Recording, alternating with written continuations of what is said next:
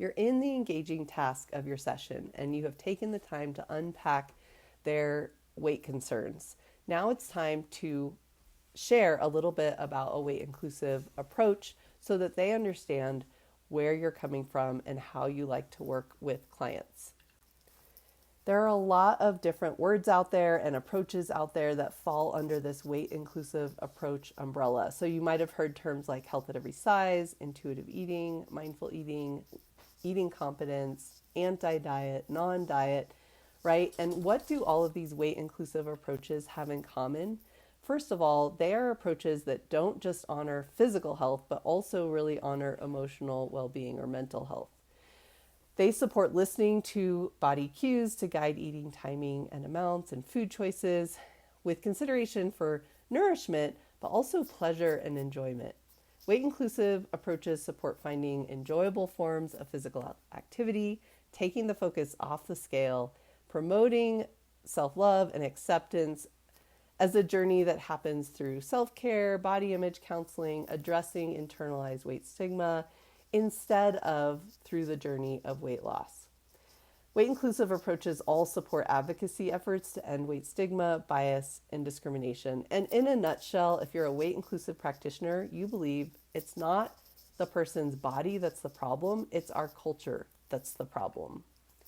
So if you wanted to share about a weight inclusive approach with a client, it's helpful to remember this ask, offer, ask sandwich. This is a motivational interviewing technique that communicates partnership with the client. So first, ask. Find out what the client already knows about a non-diet or weight inclusive approach before sharing more. Then ask permission if it's okay if you share this information with them. Then select a few targeted messages, which I have on the next slide, that you think will really resonate with the client based on what they shared earlier in the session. And then once you've communicated different messages that align with weight inclusivity, finish off by asking what they think about what you just shared. So ask, offer, ask. Ask what they already know, ask permission, offer a few nuggets of wisdom about non-diet or weight inclusive approaches, and then ask what they think of the information you just shared. What are the pieces of the non-diet or weight inclusive puzzle that you want to share during the offer part of the ask, offer, ask sandwich? It's important to go back to the stories that you heard from your client when you were unpacking their weight concerns and pick and choose non-diet, weight inclusive messages that really will resonate with them based on what they've shared with you about their story. I have a few bullet points here that give you some language for how to describe different components of weight inclusivity to a client.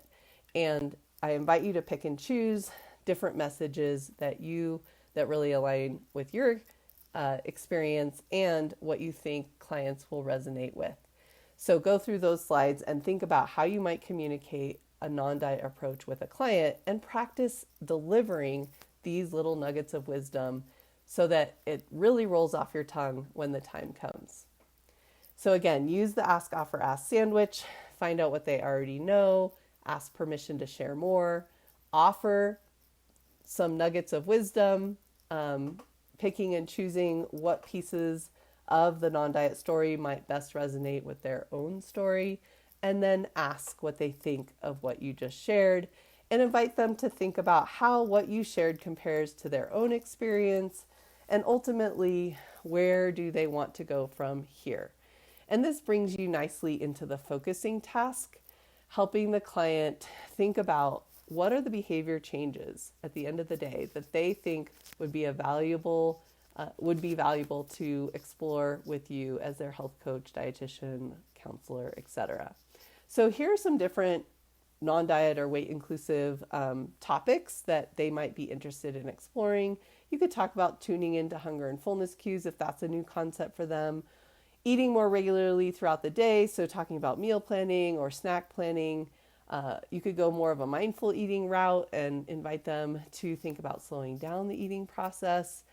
You could have a conversation about joyful forms of movement or how to add more joy into a physical activity routine. You could talk about stress reducing habits like meditation, journaling, deep breathing, or you could see if they want to actually do some body image counseling work with you. That's always an avenue that they could choose as well.